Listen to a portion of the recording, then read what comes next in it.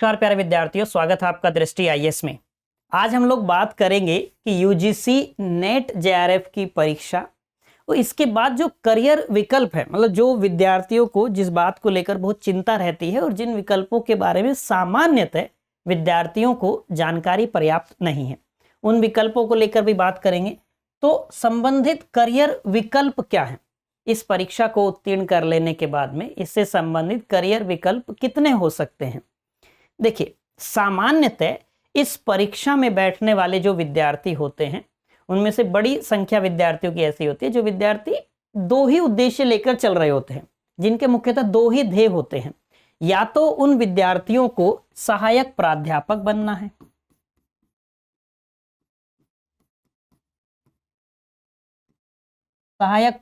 बनना है, अध्यापन में रुचि है, पढ़ाने में दिलचस्पी है, उनकी सहायक प्राध्यापक बनना है। दूसरा एक विद्यार्थी वो होते हैं जिनको पीएचडी करनी है, जिनको अनुसंधान करना है, जिनको शोध करना है। बात समझ पाए? जिनको अपने कोई विषय निर्धारित किया, उस विषय को लेकर अनुसंधान करना है, अनुसंधान के क्षेत्र में आगे बढ़ना है। सामान्यतः यही दो ध्येय होते हैं विद्यार्थियों के। लेकिन इस परीक्षा को उत्तीर्ण कर लेने के बाद इन दोनों के अलावा भी बहुत सारे विकल्प उपलब्ध होते हैं जिनके बारे में सामान्यतः विद्यार्थियों को जानकारी नहीं होती है। जैसे यदि हम बात करेंगे सर और कौन से हो सकते हैं, जैसे माना जाए कि यदि कोई विद्यार्थी ऐसा है जिसकी मान लीजिए पढ़ाने में रुचि है लेकिन कहीं सहायक प्राध्यापक के लिए वैकेंसी नहीं आ रही है। मान लीजिए किसी विश्वविद्यालय को उसने चुना है कि मैं केंद्रीय स्तर के इन विश्वविद्यालयों में केवल पढ़ाऊंगा, वहां वैकेंसीज नहीं है, मान के चलिए। लेकिन इतने सारे विकल्प अन्य उपलब्ध हैं। यदि हम भारतीय विश्वविद्यालय संघ के बारे में बात करें तो उसमें सदस्यता 930-31 के आसपास है। यानी कि इतने सारे केंद्रीय विश्वविद्यालय हो गए, राज्य विश्वविद्यालय हो गए, सम विश्वविद्यालय हो गए, डीम्ड टू बी यूनिवर्सिटी जो है, फिर राष्ट्रीय महत्व के जो शिक्षण संस्थान है वो हो गए, राज्य निजी विश्वविद्यालय हो गए। इतने सारे शिक्षण संस्थान हैं तो कहीं तो वैकेंसी है, आपको लगभग जगह वैकेंसी मिल जाएंगी। आपको यदि हमने माना कि शुरुआत में एकदम परमानेंट की वैकेंसी नहीं है, लेकिन उसके अलावा गेस्ट में आप पढ़ा सकते हैं, गेस्ट की वैकेंसी लगभग हर बार मिलती है। फिर आप यदि उस विश्वविद्यालय के एडहॉक पैनल में ऐड हैं, आपको अपने मार्क्स देने होते हैं, आप एडहॉक पैनल में ऐड हो जाते हैं, तो एडहॉक पैनल में ऐड होने के बाद एडहॉक पर आपकी नियुक्ति होने की संभावनाएं बढ़ जाती हैं। एक विकल्प ये होगा।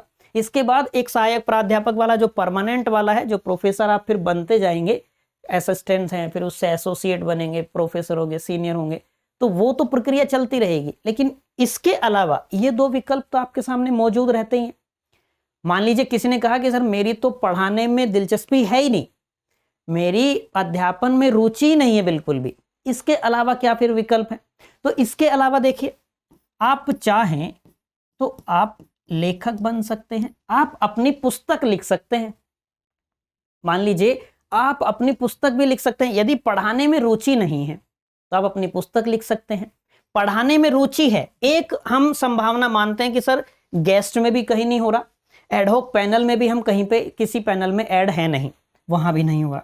इसके अलावा क्या होता है? तो इसके अलावा इतने सारे कोचिंग संस्थान हैं जहां क्या होगा कि आप इस परीक्षा को उत्तीर्ण करने के बाद पढ़ाने जा सकते हैं, आपको पढ़ाना दिया जा सकता है कि आप पढ़ा सकते हैं।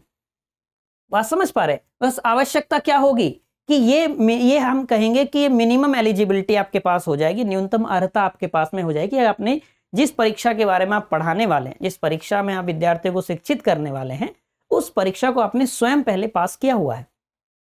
बात समझ पा रहे? इससे आगे आवश्यकता होगी आपके शिक्षण कौशल की, आपकी स्किल की आवश्यकता इससे आगे होगी। तो इतनी सारी कोचिंग है। वर्तमान में यदि हम आधुनिक परिवेश की बात करेंगे तो आधुनिक परिवेश में तो ऑनलाइन इतने सारे विकल्प हैं। ऑफलाइन मान लीजिए ऑफलाइन में नहीं मिलता है, ऑनलाइन में इतने सारे विकल्प आपके पास मौजूद हैं। शिक्षण कौशल यदि आपके पास है तो विद्यार्थी आपको खोज के आपसे पढ़ ही लेगा। बात समझ पा रहे हैं? विद्यार्थी को किस चीज से मतलब होता है? विद्यार्थी का एक अंतिम ध्येय होता है परीक्षा को पास करना, और जो शिक्षक उसको गुणवत्तापूर्ण अधिगम करा रहे हैं वो उनके पास चला जाता है, वो उनको खोज लेता है। बिंदु स्पष्ट हो गया यहाँ तक का। तो ये भी एक विकल्प आपके पास होता है। ये तब जब हमने माना कि गेस्ट में भी आपका कहीं नहीं होता है, एडहॉक में भी कहीं नहीं होता है, असिस्टेंट प्रोफेसर परमानेंट भी कहीं नहीं होते हैं, कोचिंग संस्थान में मान लीजिए ऑनलाइन आप जा सकते हैं, ऑफलाइन नहीं मिलता है। तो इसके अलावा मैंने एक संभावना ये मान ली कि सर ऑनलाइन में भी नहीं चला, ऑफलाइन मिला नहीं, ऑनलाइन में भी काम नहीं चला, तो भी मान लीजिए तब भी क्या विकल्प है भाई, आप इस परीक्षा को पास करके आए हैं तो निसंदेह आपने अधिगम तो किया ही है, आपने पढ़ने की क्षमता तो है, आपने अपने आप को एक स्तर पर साबित तो किया है, बिना पढ़े तो ये परीक्षा पास होगी नहीं।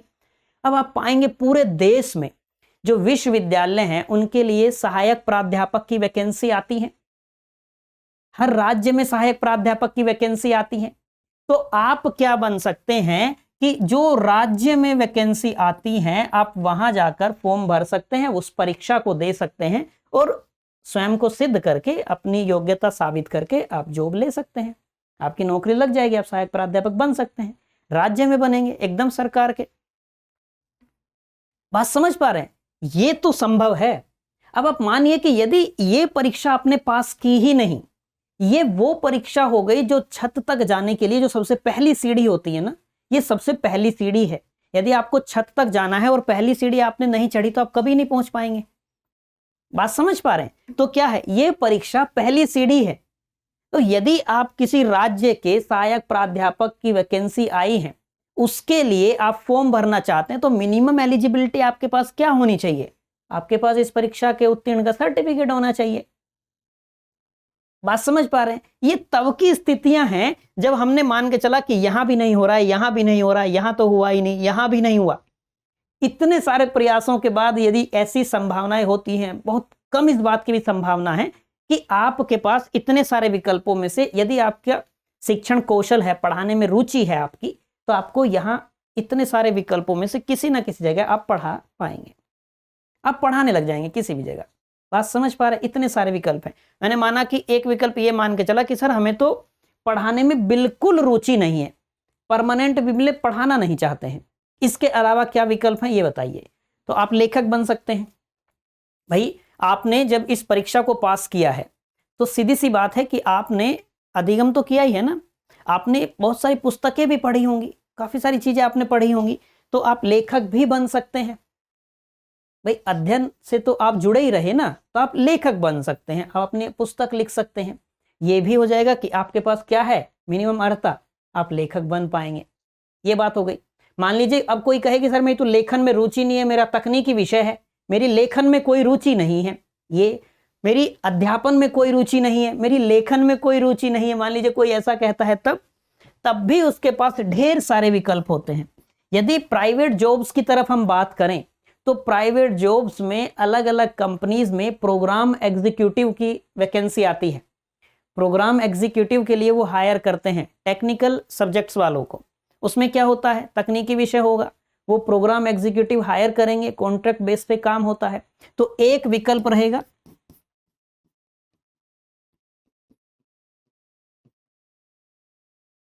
प्रोग्राम एग्जीक्यूटिव का विकल्प होता है। एक विकल्प होता है ऐसे विद्यार्थियों के लिए लैब ट्रेनर का, क्योंकि उसके पास में विकल्प है, लैब ट्रेनर का एक विकल्प होता है। फिर कंसल्टेंट हायर करते हैं, कंपनीज कंसल्टेंट हायर करती हैं। बात समझ पा रहे हैं? कंसल्टेंट। अब यदि इसके अलावा हम बात कर लें तो विश्वविद्यालयों में जो विभिन्न विश्वविद्यालय हैं, इन विभिन्न विश्वविद्यालयों में इसको हम बोलते हैं टीए यानी टीचिंग असिस्टेंट, इनकी वैकेंसी आती है। एक होता है रिसर्च असिस्टेंट, इनकी वैकेंसी आती है। क्योंकि आपके पास में प्रायर एक्सपीरियंस है तो आपको प्राथमिकता दी जाती है, आप सीधे जाके इंटरव्यू दे सकते हैं, ये भी विकल्प है। इसके अलावा भी मान लीजिए कहते हैं कि सर ये भी नहीं हो पाया, इसके अलावा भी जो पब्लिक सेक्टर यूनिट्स हैं, जो पीएसयूज हैं, इन पीएसयूज में कॉन्ट्रैक्ट बेस पर प्रोजेक्ट मिलते हैं, इनके बारे में सामान्यतः जानकारी नहीं है विद्यार्थियों को। यहां से भी प्रोजेक्ट आते हैं, ये प्रोजेक्ट ये फिर क्या कॉन्ट्रैक्ट बेस पर ये प्रोजेक्ट मिलते हैं। यदि आपका काम पसंद आता है उन्हें तो वो उसको आगे रिन्यू करते रहते हैं। ऐसी बहुत सारी, जैसे दिल्ली टेक्निकल यूनिवर्सिटी है, यदि हम इसी की बात कर लें, दिल्ली टेक्निकल यूनिवर्सिटी है, ये भी कॉन्ट्रैक्ट बेस पर नेट पास करने वाले विद्यार्थियों को प्रोजेक्ट देती है। बात समझ पाए? यहां प्रोजेक्ट पर आपको काम मिल सकता है, एक विकल्प ये भी हमारे सामने होता है। बात समझ पाए? एक हम ये भी कह सकते हैं कि यदि किसी की और अध्ययन करने की आवश्यकता है तो वो भारत से ना करके यदि चाहता है तो विदेश से पोस्ट डॉक भी कर सकता है।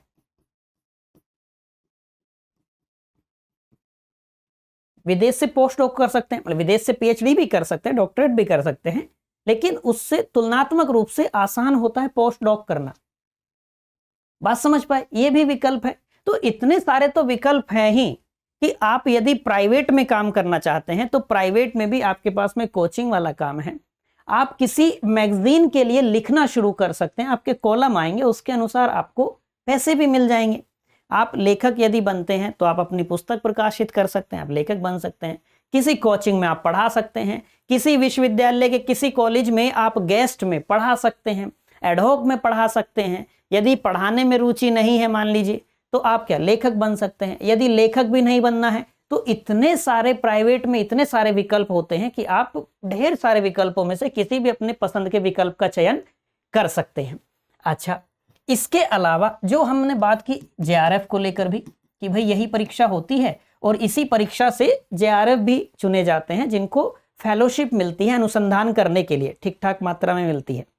अब केवल इसी के बारे में जानकारी है, इसके अलावा भी इसी परीक्षा से, इसको हम कहते हैं एनएफएससी।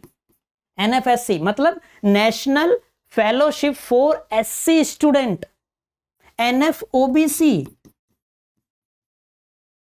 एनएफओबीसी ये ओबीसी विद्यार्थियों के लिए फेलोशिप आती है, वो भी इसी परीक्षा से, अलग से कोई परीक्षा आयोजित नहीं होती। इसके अलावा एमएएनएफ, एमएएनएफ ये कि Maulana Azad national fellowship for minority students, वो भी इसी से। तो इतने सारे विकल्प हैं, आप मान के एकदम तय चलिए। मैं ये नहीं कह रहा कि आपने जैसे इस परीक्षा को पास किया तुरंत आपकी नौकरी लगेगी, लेकिन ये पहली सीढ़ी है, इसके बिना लगेगी भी नहीं। यदि आप इस क्षेत्र में आना चाहते हैं उच्चतर शिक्षा से संबंधित तो बाकी लगेगी भी नहीं, मिनिमम एलिजिबिलिटी यही है। बात समझ पा रहे हैं आप यहां तक की? तो एकदम इस परीक्षा को पास करने के बाद आपके पास में ढेर सारे विकल्प होते हैं, अनेकों विकल्प उपलब्ध होते हैं। आप अपनी रुचि के अनुसार अपने किसी विकल्प का चयन कर सकते हैं और उस क्षेत्र में आगे अपने करियर को बना सकते हैं। बात स्पष्ट हो गई? मुझे पूरी उम्मीद है कि विभिन्न करियर विकल्पों को लेकर आपकी जो भ्रांतियां थी वो दूर हुई होंगी, कुछ नई चीजें आपको सीखने को मिली होंगी। मिलते हैं आपसे अगली क्लास में। Till then bye bye, have a nice day.